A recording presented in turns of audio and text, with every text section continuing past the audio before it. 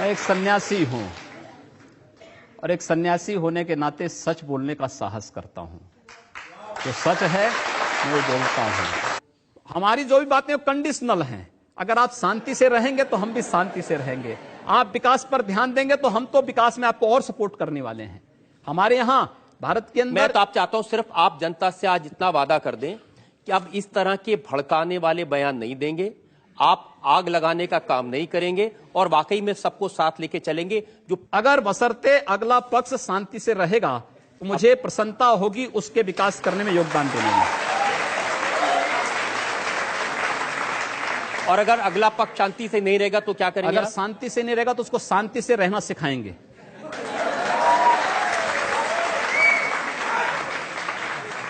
बंदूक के दम पर, मार के दम पर। जो जिस भाषा को समझेगा उस भाषा से समझाएंगे। नहीं, ये कालिक मुंह पे नहीं लगना चाहिए। इसको हटाइए, और अगर इसको हटाओगे नहीं तो पाकिस्तान समर्थक तत्व बेमौत मारे जाएंगे, उनको कोई बचाने वाला नहीं मिलेगा। पाकिस्तान प्यारा है, वे पाकिस्तान में जाएं।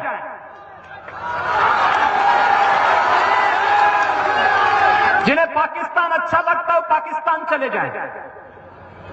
हम उसको रोकेंगे नहीं। अगर वो चाहेगा तो उसको जाने का किराया भी मुहैया करा देंगे। हम पूरी व्यवस्था कर देंगे। लेकिन ये नहीं हो सकता है कि भारत के अंदर रह करके पर्व और त्योहार के नाम पर इस देश की संविधान की व्यवस्था को, देश के संवैधानिक व्यवस्था को कोई चुनौती देने का कार्य करेगा तो चेतावनी हमें स्वीकार्य नहीं है। हम उसका जवाब उसी भाषा में, और उसका जवाब जिस भाषा में वो जानेगा, जिस भाषा में वह उस सीखना चाहता हो, जिस भाषा में वह अच्छी तरह समझ सकता हो, उस भाषा में उस जवाब को हम देना जानते हैं। और अगर प्रशासन ही चाहता है तो फिर तैयारी कर ले। ये हमारे लिए बहुत कठिन नहीं, इस प्रकार के तत्वों पर नकेल कसना। एक झटके में सब काम ठीक हो जाएगा और प्रशासन तय कर ले। लेकिन भारत के संविधान के प्रति अटूट निष्ठा होने के नाते हम चाहते हैं कि प्रशासन की जिम्मेदारी है, प्रशासन इस कार्य को करे। अपराध है। मैंने ये कहा कि अगर कोई हमारा जलाएगा तो वो सुरक्षित नहीं बैठेगा। हम फिर इस बात की प्रतीक्षा नहीं करेंगे कि प्रशासन आएगा, हमारी बात को सुनेगा और फिर वह अपने तरीके से फैसला लेगा। प्रशासन रोकें अन्याय। मैं फिर कहता हूं ना कि अन्याय किसी के साथ न हो, लेकिन हम अन्याय सहेंगे भी नहीं। ये हमारे लिए बहुत कठिन नहीं, इस प्रकार के तत्वों पर नकेल कसना।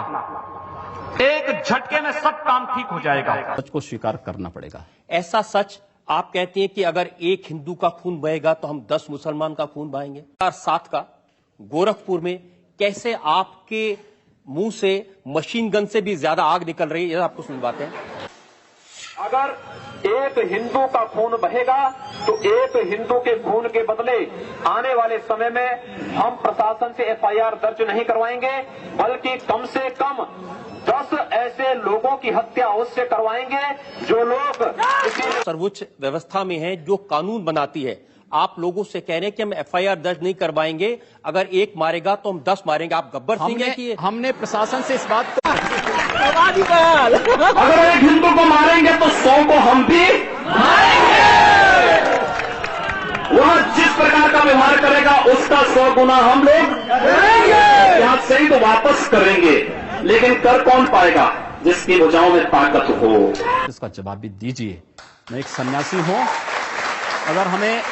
अगर हमें शास्त्र का प्रशिक्षण दिया गया तो शास्त्र के साथ साथ शस्त्र का भी। अगर हमारे हाथ में एक हाथ में माला है तो दूसरे हाथ में हम भाला लेकर के भी चलते हैं। कि इस प्रकार के अन्याय का प्रतिकार करना, मुझे लगता है जब कानून और व्यवस्था फेल हो जाती है, जंगल राज हो जाता है, तो जंगल राज का जवाब जैसे को तैसा देने की तैयारी होनी ही चाहिए। एक अधिवक्ता था, वह जाके कोर्ट में एक अपील कर दिया। उसने कहा कि उत्तर प्रदेश में और जगह तो हिंदू बालिकाएं जाती होंगी, लेकिन गोरखपुर में मुस्लिम बालिकाएं हिंदुओं के घर में आती हैं। हम लोगों ने भी इस बात को तय किया। में हम लोगों ने इस परंपरा को स्वीकार किया। किसी कालखंड में कोई बना होगा, अगर वह हिंदू बनेगा हम उसको स्वीकार करेंगे, उसकी शुद्धि करवाएंगे और उसको अपनाएंगे, एक नई जाति का फिर से निर्माण करवा देंगे।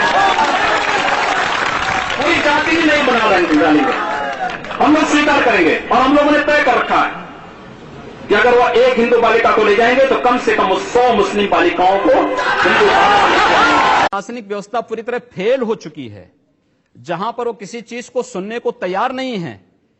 गोरखपुर में दर्जनों व्यापारियों की दुकानें आग लगाई जा चुकी थी। एक व्यापारी की हत्या सरेआम इसलिए कर दी जाती क्योंकि हिंदू बालिका को जबरन मुहर्रम का जुलूस उस बालिका के साथ जबरन करने का प्रयास करता और वो व्यापारी उसको बचाने के लिए आता है, तो उसकी हत्या सरेआम पुलिस की जीप से खींच करके चाकू से गोंद करके उसकी हत्या कर दी जाती है। कोई इस बात को सुनने को तैयार नहीं।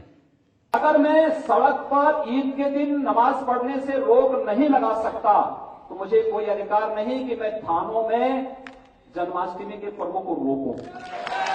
कोई अधिकार नहीं।